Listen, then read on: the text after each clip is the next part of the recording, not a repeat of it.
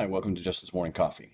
All right, so it's time for the next lecture in the 7 Basic Plots series, and that would be the Rebirth lecture. So we talked about, we've made it all the way through, Rags to Riches, Overcoming the Monster, Voyage and Return, Tragedy, Quest, and now we have Rebirth. Now, the interesting thing about my research into this one is that the tragic plot type and the rebirth plot type are intimately entwined. So if you can remember my theory about these stories as they plot out on a life cycle using the 2 mountain system that I get from David Brooks, which is the mountain of success and the mountain of legacy, we can see that tragedy is the failure to get from the mountain of success to the mountain of legacy. So there's a sense that you've accomplished a whole bunch of things with these plots over here, Rags to Riches, Overcoming the Monster, Voyage and Return, and comedy. But if you fail, or if you get this success kind of illegitimately, or if you just can't figure out how to transition yourself from success to legacy, which is what you need to do in the second half of life. So it's usually a midlife thing, like Walter White. Walter White dies. Walter White dies down here in the Quest Valley. He gets up and up and up. He starts with a lot of promise, but at some point he makes a deal with the devil. So he gets to the top of this mountain illegitimately by becoming the head of a meth empire rather than a legitimate scientist. And he just never can make this transition to the mountain of legacy, and so he dies. Okay, so that's my contention of basically what the tragic plot is. So let's just look at one more example before we get into Rebirth, because I really want to show you how these two things line up. Let's look at the opening of Citizen Kane. Citizen Kane is the perfect example of not making it from the mountain of success to the mountain of legacy. So let's watch that clip.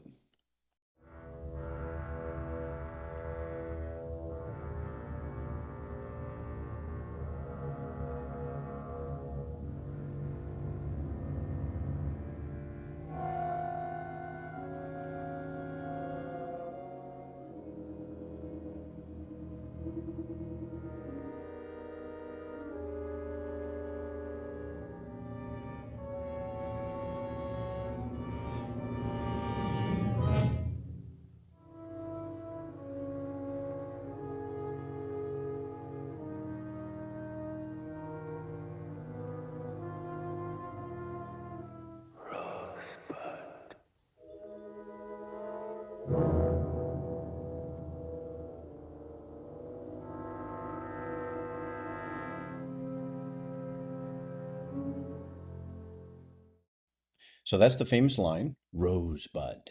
And then, of course, the whole rest of the movie of Citizen Kane are these reporters trying to piece together what Rosebud meant. And so what you see is the same story as Walter White. He's climbing up this ladder of success. He is a successful businessman. He becomes a successful newspaper guy, owning a newspaper. He makes the news. You can go back and watch all these clips if you haven't seen Citizen Kane. And then finally, he becomes a politician. And by the end, he's just acquired all of this stuff.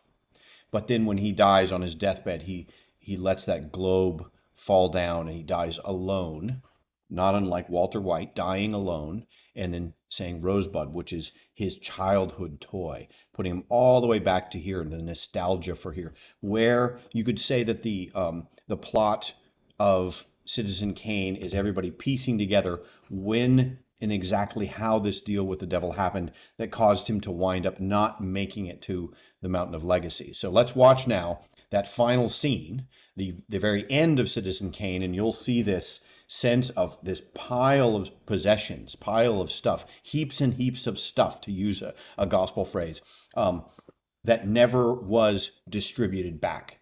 So that's the sense of breathing in, gathering in, success, but then never giving it back. So let's watch that scene. What have you been doing all this time? Playing with a jigsaw puzzle? If you could have found out what that rosebud meant, I bet that would have explained everything. Mr. Kane was a man who got everything he wanted and then lost it. Maybe Rosebud was something he couldn't get or something he lost. I don't think any word can explain a man's life. No, I guess Rosebud is just a piece in a jigsaw puzzle. Come on, everybody.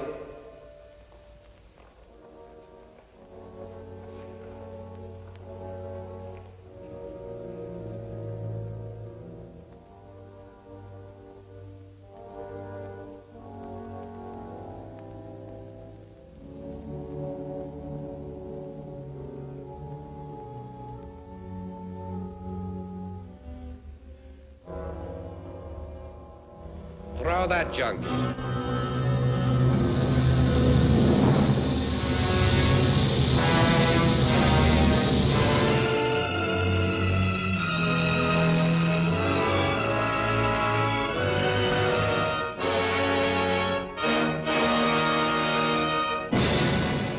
And there we have the famous reveal from the AFI voted #1 movie in all of existence. The reveal that Rosebud, the word on the dying bed of Citizen Kane, of Charles Foster Kane, was his childhood sled. And so there you saw all the heaps and heaps of stuff, just piles and piles and piles of works of art and antiquities and curiosities and things that he acquired. And that brings us now to the Rebirth plot. The Rebirth plot then is Charles Foster Kane, if there was some magical way that he could avoid that fate of dying in the Quest Valley. If there, what does it take for the person to get from that hoarding in, that gathering in of material and stuff and success and notoriety and achievements and accomplishments, et cetera, to that second mountain of giving back. So that's what we're going to look at next. Now, there really are two forms of the Rebirth plot story. What I'm going to talk about now was what I call second mountain rebirth stories. There is a genre of what I call first mountain rebirth stories, which I think that's best to talk about in a separate video because it doesn't quite relate to tragedy as much, although it does have a lot of similarities. So what I'm going to do is I'm going to talk about the midlife and on. You might say this is the mature version of the Rebirth story. So that would be Groundhog Day, A Christmas Carol. Ebenezer Scrooge is basically Charles Foster Kane, who figured out how to get to that second mountain. In daylight. But what day? Hello, you there, boy. You're a good fellow. What day is today? Why, it's Christmas Day, of course. I haven't missed it. Hello! Do you know the poulterers in the next street but one? I should hope I did. Do you know if they've sold the prize turkey that was hanging there? The one as big as you? It's hanging there now. Well, go and buy it. So I hope that you now have, if you've watched the last two videos I made on tragedy, a sense of those 5 acts of tragedy and how they unfold in the Faustian sense, where there's some sense that this character has been given the kingdom. He's been the one that's gone and had the deal with the devil out in the desert, and the devil looked over the world and said, this could all be yours. And he's the one that took that deal. That's what the tragic figure is. So let's just remind ourselves of the 5 acts of the Faustian tragedy. So, Faustian tragedy, the anticipation stage. A misguided dream is hatched. In the beginning of Charles Foster Kane's life, he gets off the path at some point. He decides that he wants world domination. Now in complete control of the government of this state. He wants to control the world with his newspaper. He wants to control the world as a politician. He wants to control the women that he winds up with. It's all control, control, control.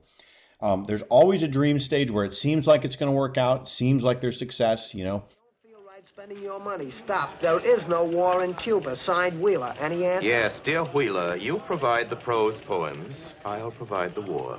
Orson Welles is saying, hey, I will provide the war, you just write about it. I'm the one in control here, right? So the famous scene in Citizen Kane. The frustration stage is when it doesn't start to work out. Now, oftentimes, it will be a romantic partner. The romantic partner will understand that there's something wrong and it won't work out. The loving relationship will not work out when you're in that that system of control, when you're trying to control everything around you. Charles, even newspapermen have to sleep. What time is it? I don't know, it's late. It's early. Charles, do you know how long you kept me waiting last night while you went to the newspaper for 10 minutes? Emily, my dear, your only correspondent is the Inquirer. Sometimes I think I'd prefer a rival of flesh and blood. Oh, Emily, I don't spend that much time on the newspaper. Your Mr. Bernstein sent Junior the most incredible atrocity yesterday, Charles. Mr. Bernstein is apt to pay a visit to the nursery now and then. Really, Charles? People will think... What I tell them to think.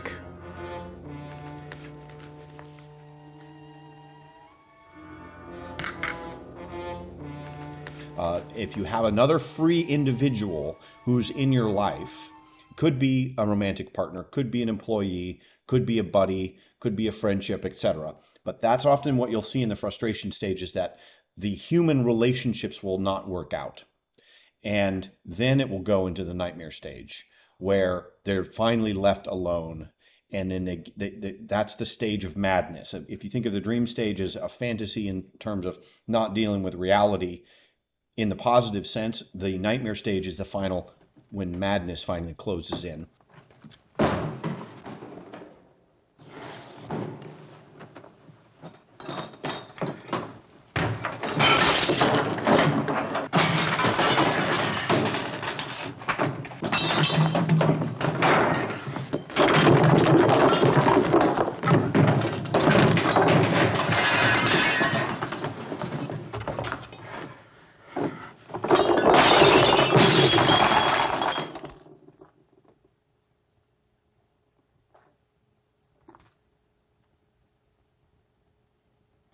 Rosebud.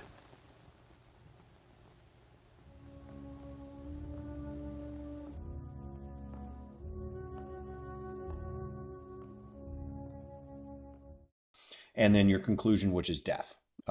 Dying in the Quest Valley, like Walter White, like Citizen Kane, with all of that wealth, all of that money, all that stuff just wasted. That's the main thing with this tragic figure. The Faustian tragic figure is such a waste. You know, all of that stuff that they gathered in for what? What was the purpose of it? Okay, so now let's look at the Rebirth plot. How does that differ? So it kind of starts out the same way. You start out with some kind of egotism in the beginning. Think of Phil Connors in the beginning of Groundhog Day. Fun in Puxatawny, Phil. For your information, Hairdo, there is a major network interested in me. Think of Ebenezer Scrooge in the beginning of A Christmas Carol. There will be no more coal burnt in this office today. Yes, sir. Now, please get back to work before I am forced to conclude that your services are no longer required.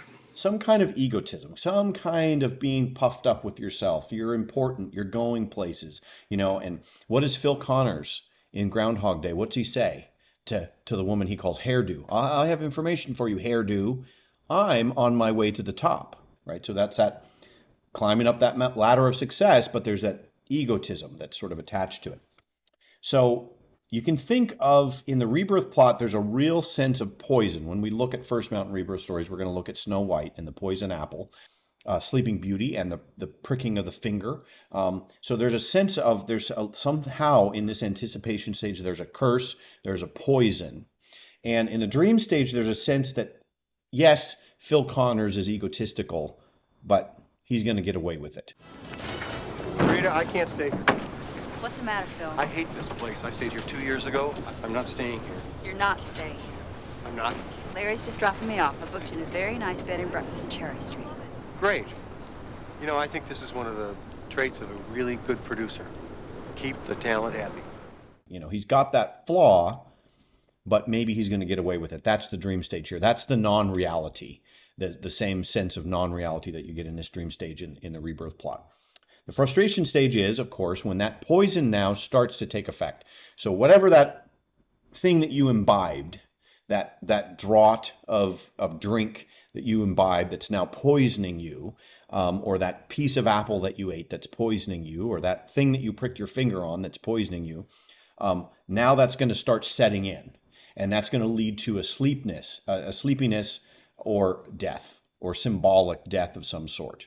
And so, you know, this is when Sleeping Beauty falls asleep. This is Phil Connors finds himself locked in one day. He's repeating one day over and over. And so that frustration stage starts to pull you down into death, which was already inherent within that anticipation stage. The nightmare stage then is when it seems like there's no escape from death. You're going to, or in fact, the character is asleep or dead, oftentimes. And then the conclusion is, I'm going to use the word from J.R.R. Tolkien, the eucatastrophe, the opposite of the catastrophe. We'll talk about what that means exactly. And how exactly the eucatastrophe comes about is the most interesting part, I think, about this plot. All right. So what I want to do is I want to look at a movie by Martin Scorsese, The Irishman, which was his famous movie that is on Netflix with Robert De Niro and Joe Pesci. So we're gonna just go through it, and we're gonna look at these tragic stages, and then we're gonna look for that eucatastrophe in the end. We're gonna look for that turning point in the end. So let's just watch the first scene here. So Frank is a driver. He's a truck driver, up and up, and he's just like mild-mannered Walter White. You know, he's not trying to cheat. He's just trying to do his job, and then along comes a devil figure to tempt him for an alternate way, an easier path, perhaps, up this mountain of success. So let's take a look at that scene. If I can give you a hand, check this distributed caps, okay? Timing chain. This is what this is. There's a cap on it. So that means they're getting worn out. You're back in business, kid. Thanks. I owe you anything? Oh, no, you don't owe me anything. Shouldn't. Where you from? Philly. Where you hang out there? Callahan's. Oh, good. You play bocce? Nah. All right, Frankie, get that fixed. I will. Thanks again. Good luck, buddy. Okay, so we got Frank, we got Robert De Niro here driving along the street, and then he meets Russell. Okay, Russell fixes his car for him, and we don't think anything of it, right? But what we're going to learn is that Russell is the one who is this devil figure who is tempting him, and the sort of the genius, I think, of Martin Scorsese here, and also the author of the book, is that just like we saw 2 videos ago with John Doe, Kevin Spacey's character in Seven, controlling things behind the scenes, like fate. When Anastasia got killed in the barber shop, it was Russell they brought in to calm things down. You'd never know it by looking at this guy, but all roads led back to Russ. You tell my friend I'm happy to help.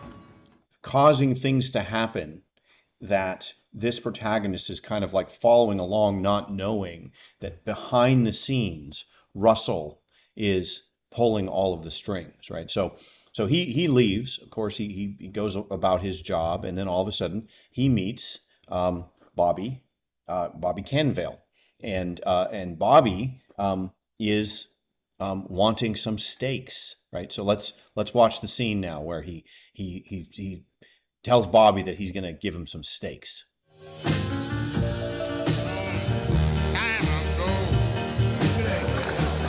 He's up on. The way you can learn to push those hindquarters.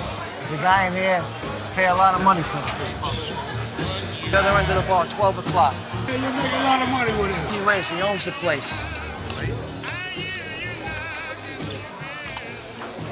You like steak? I do. I deliver steak. Do you? Good steak. I can deliver you steak. Could you? I could. Good price, too. The best. I could deliver you some steak. Could you? Oh, yeah. Good price, too. So there's a sense that Russell here, all he needed to know to start this whole process of catching Frank in his web to get him to do his bidding, like we saw perhaps with Double Indemnity last time, like we see with John Doe in Seven, to say all he needed to know was where he hangs out. Where's your bar? Where do you hang out? He sends his guys in, tells them, hey, look, we happen to know somebody who wants to buy some steaks. You happen to deliver steaks. Maybe you could do a little side deal with this guy. So this is now your bargain with the devil scene, right? So he's now kind of like he's taken the bait and he's in now for this tragic ride off of the proper path into this underworld of Russell. Te baptizo in nomine Patris et Filii et Spiritus Sancti. Amen. Russell and Carrie baptized our new daughter, Dolores. And this is what's, again, genius about Martin Scorsese is every time he passes another test, Russell is going to give him a series of tests. Russell, he took a shine to me right away. After a while, he started giving me little things to do. But then Angelo himself, he started to give me little things to do too. Every time he passes another test, we have a baptism scene, as if he's getting reverse baptized.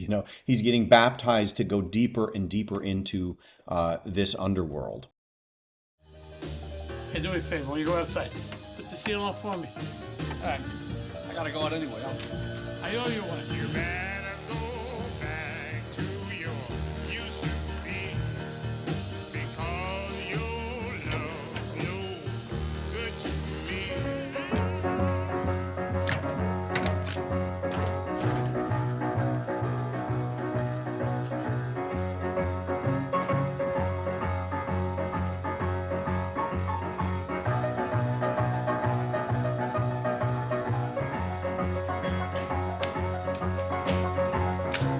Better, Frank. I don't go near choice. That was trying. That's it. Try to get some more for next Tuesday? Okay, and so there we see Frank is now, the hooks are in. So remember that notion of the poison. The poison now that you can think the snake has now bit him. And now the poison is going to be working its way through the body. But at first, there's a sense of euphoria, right? He's getting he's got that extra money. He's putting money in people's pockets. He's bribing people, and now he's eating steak with all the bigwigs. He's not over on the edge of the bar, drinking a shot or something like that. He's with the owner of the bar. He's living it large and eating steak with the high rollers, let's say. But of course, Russell, he's got a plan for him. He doesn't want him to just have it good, right? When every time you do a deal with the devil, it's not because the devil just wants to help you out. It's not just out of the goodness of his heart. He's got a plan for him. I was a working guy, one of 1,000 working stiffs, until I wasn't no more. And then I started painting houses myself.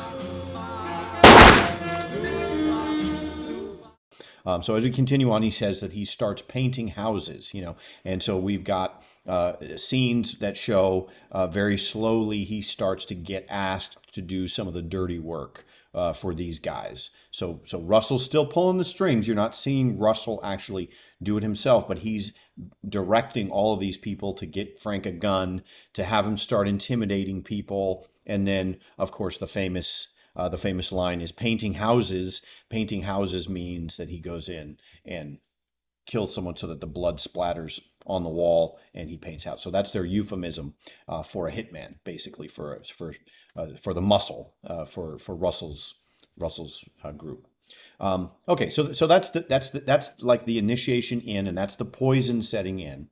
Then the next part of the movie is all about this relationship between the Al Pacino character, which is Jimmy Hoffa, the union representative, and Frank and his family, right? So remember, I said that in the frustration stage, okay, he's getting all of the benefits of this poison, you might say. It doesn't seem like poison yet, but he's taken the drink, he's made the deal, and so he's getting all the benefits. But what you'll see, again, is an innocent figure, and in this case it's his daughter, can see the poison where he can't. And this is often the case. Same thing with Charles Foster Kane. His relationships don't work out.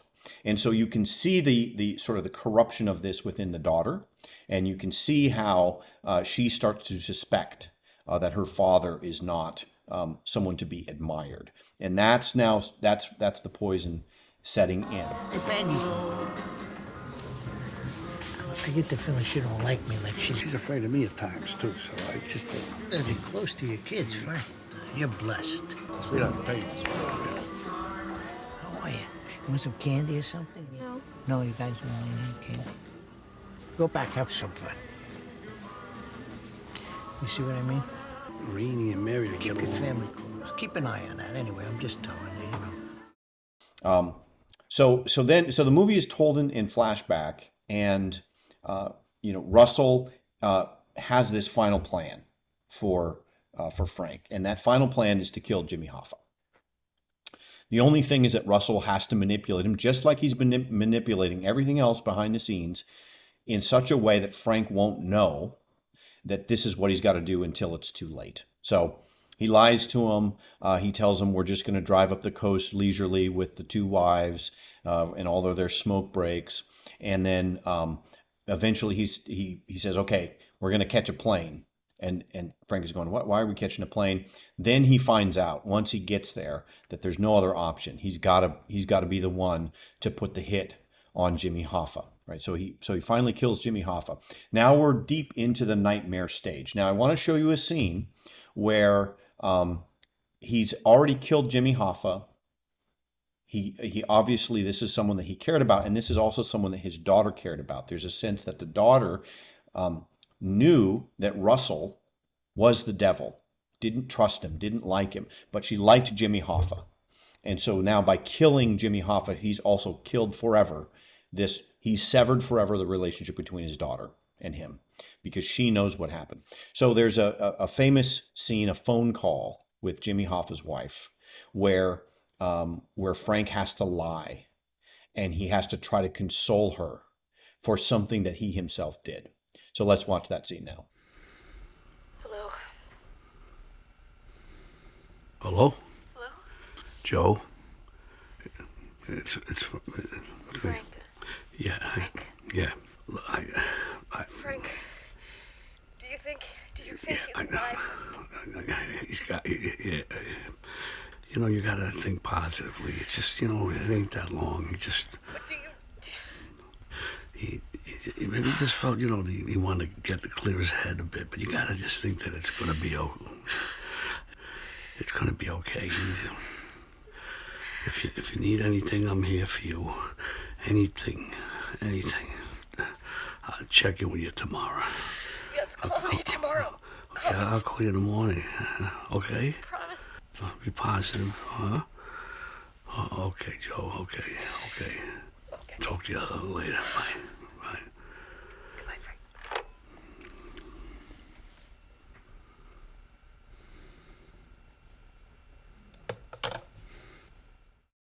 Okay, so now earlier in the film, there's a scene where Peggy, the daughter of Frank,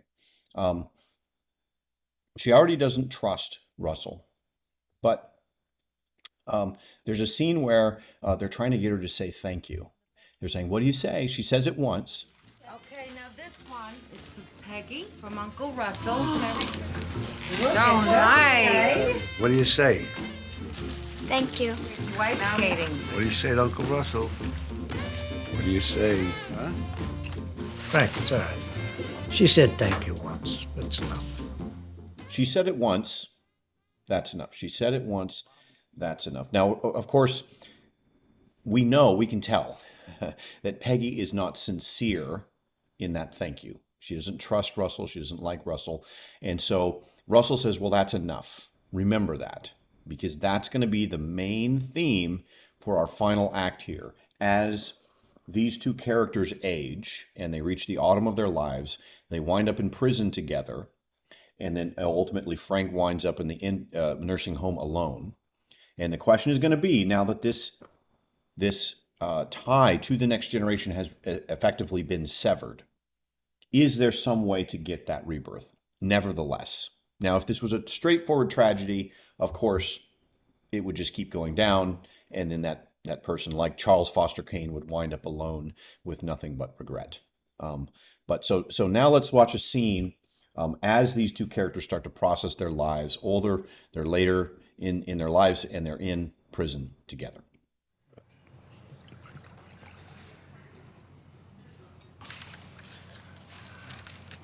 Just a little piece right here. È buono, no? Buono. Jimmy was a good man. I never wanted it to go that far. I picked us over him. Fuck him. Mangi, che cresci. Okay, so first of all, you see Russell and Frank, and what are they doing? They're breaking bread. They got bread and wine. Russell's getting old with his teeth. He can't eat it. He's needing help. But if you'll notice, and I'm going to show you a flashback scene right now.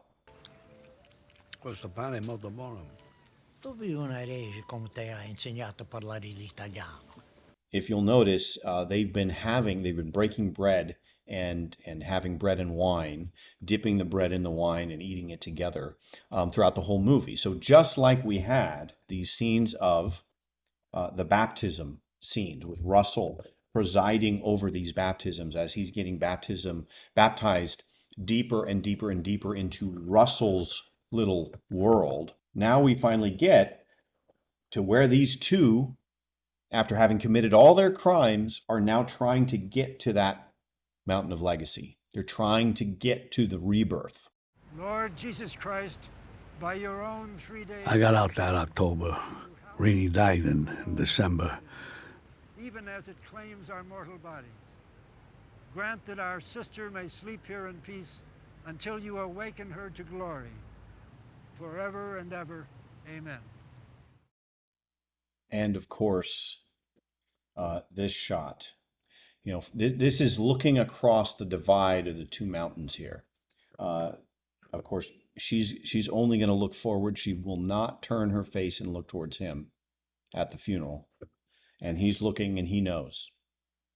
There's no getting to the mountain of legacy anymore because of this. Because he's committed such a sin that he'll never be able to get across there. He'll never be able to get to that rebirth space. Go there. Yeah. Peggy, I just want to talk. Huh. So what's he gonna do? I mean, it seems like he's winding up at the bottom of the mountain there. That this is pretty much a straightforward tragedy, and he would deserve it, right? I mean, the incidences of violence and selfishness and everything else that him and Russell committed are not unlike those of Walter White or Charles Foster Kane or any other tragic hero that you might see. But now let's watch a scene in the prison period. Russell and Robert De Niro are in prison, and remember that remark by Russell. She said, "Thank you. Was it enough?" Hey, Frankie. Where you going? I'm going to church. Don't laugh, you'll see. Russell went to church. Then he went to the prison hospital. And then he went to the graveyard. So what's going on with Russell? Russell, the Luciferian figure, the one behind all of this downward initiations and baptisms into deeper and deeper levels of depravity. He's the one going to church and laughing about it. And then you remember that scene where you say, she said, "Thank you once, that's enough." Is this just another trick that Russell is playing on the universe, getting away with things, having it his way? He was able to reap all the benefits of a life of crime and commit all these acts. And then now that he's in the twilight of his life, he's just going to go to church and he's going to have it all erased, and the sense that Russell's, you might say, confession is just as insincere as Peggy's thank you was. But Russell says, "Well, that's enough. That's enough. And so now what's Frank going to do? Now Frank is pretty much alone. He's out of touch with his family. He's lost Russell. He's lost all of his pals and buddies, and he's in the old folks' home.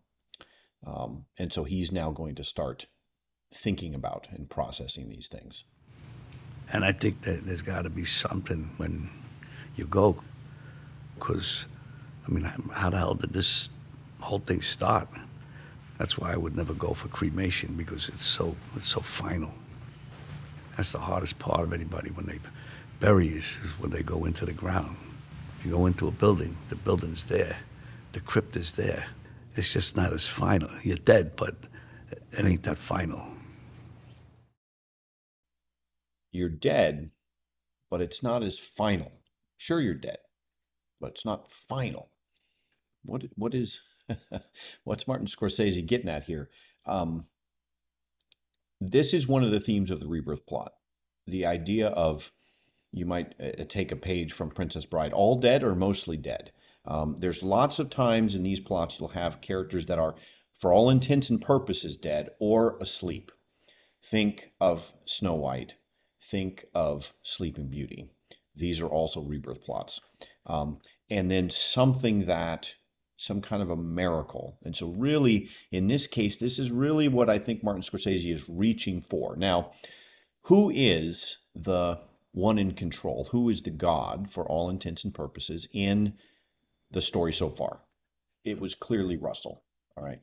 Now, Russell revealed that he is not divine, that he is not really in control, and was appealing to a higher power, maybe insincerely, maybe trying to game the system or something like that. But nevertheless, it gets Frank thinking.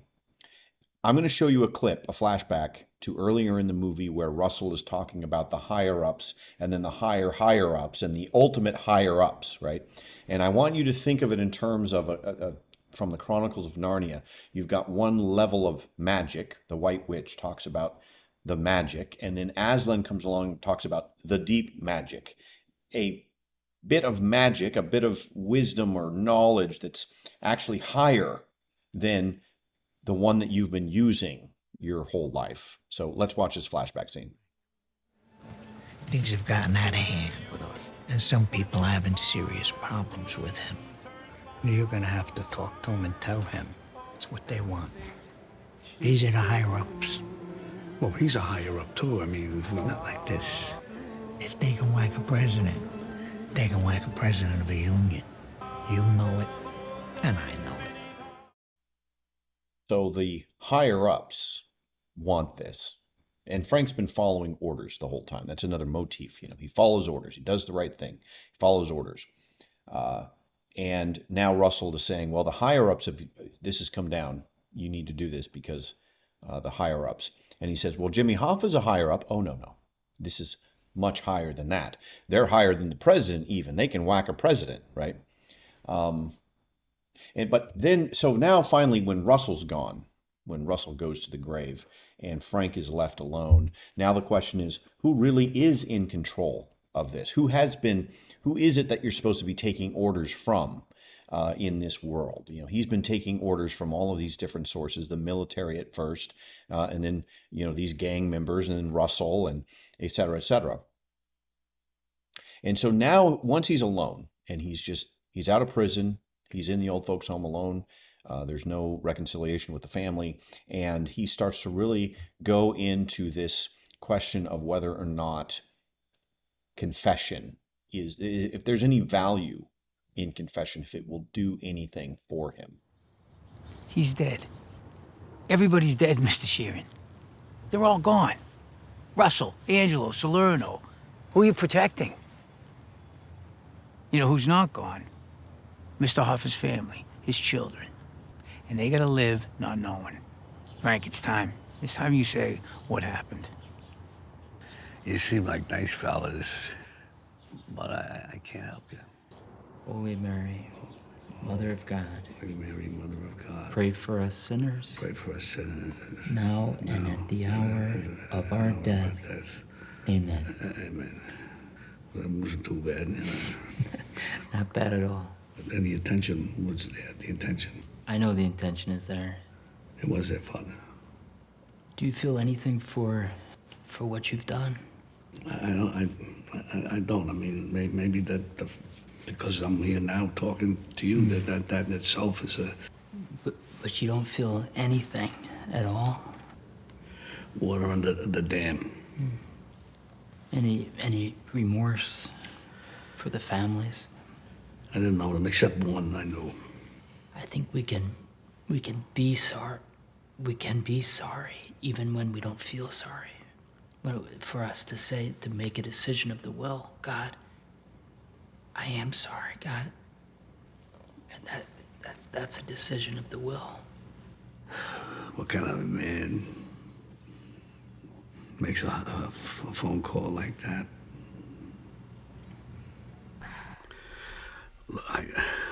Frank, do you think he's alive? He's got... What do you mean? What phone call? Well, I tell you, I can't. I gotta... Frank, do you want to pray with me again? Yeah. This time we'll do it in our own words, okay? Okay. God, we come before you sinful and sorrowful. Sinful and sorrowful. We know you are all good and all merciful. But we know you are all good and all merciful. We ask you to help us see ourselves as you see us. And, of course, that's the question. He wants the priest to know that he is sincere in this prayer. And yet, he cannot bring himself to tell the priest basically the depths of his depravity. You know, what kind of a person makes a phone call like that? And the implication there is what? It's, well, I mean, that's the kind of person that does not belong in paradise, you know, something like that, you know. And so that's what we're kind of left with. We're left with this sense of, you know, is there any way out of this downward spiral, this trap? And then we get this final scene. That's my daughter, Peggy. Is it? Yeah. Is she your only child? No, I got 4 daughters. Beautiful. Who's that with her? You don't know who that is? No. Jimmy Hoffa. You don't know how fast time goes by until you get there. Fast time goes, then you... It's great today. Still alive? Yes, you are. Peace, Frank, and I absolve you from your sins in the name of the Father, and of the Son, and of the Holy Spirit. Amen. Give thanks to the Lord, for he is good. His mercy endures forever. All right, Frank, I'm going to be back to visit, probably after the Christmas holiday. Okay. It's Christmas? Father? Yep. Do me a favor. Don't shut the door all the way. I don't like that. Just leave it open a little bit. Oh, okay.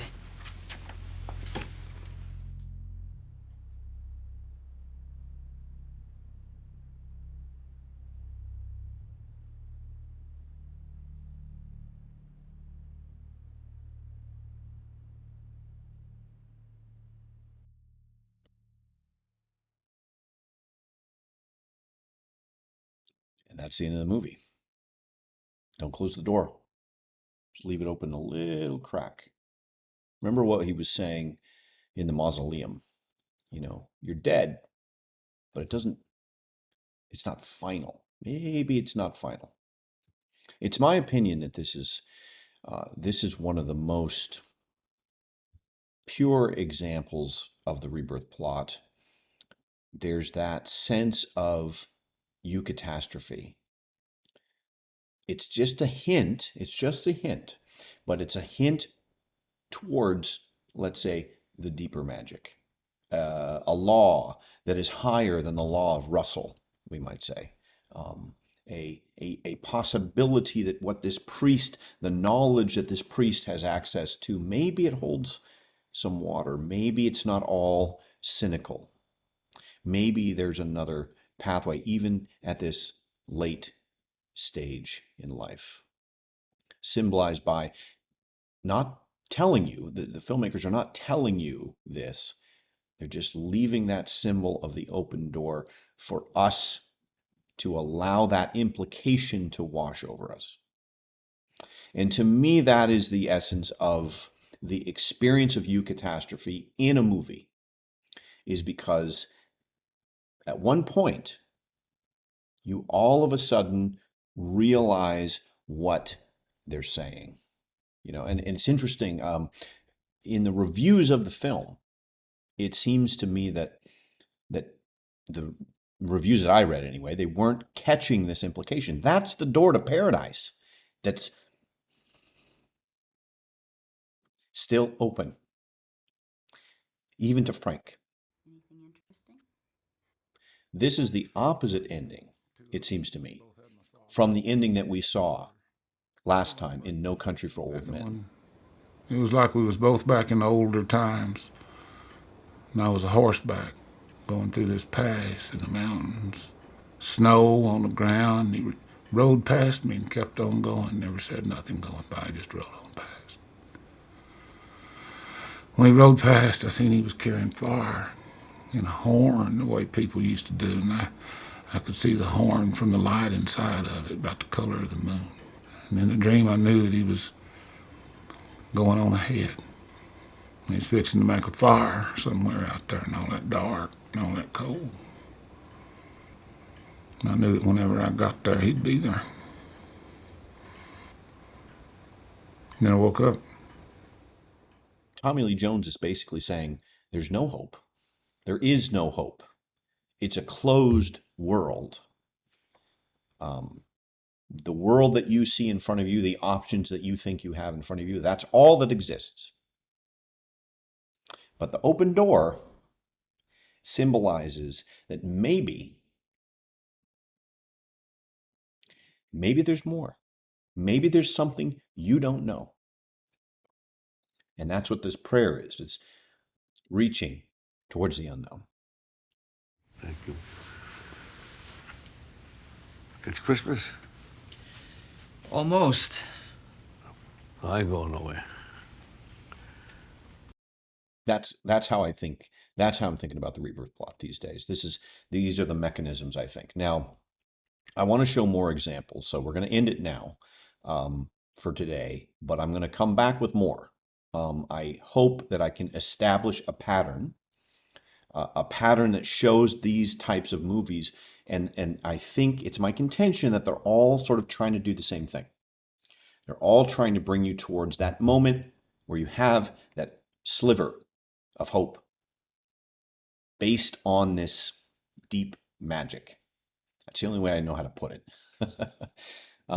So check back next time. We'll continue exploring with a few more examples of Rebirth.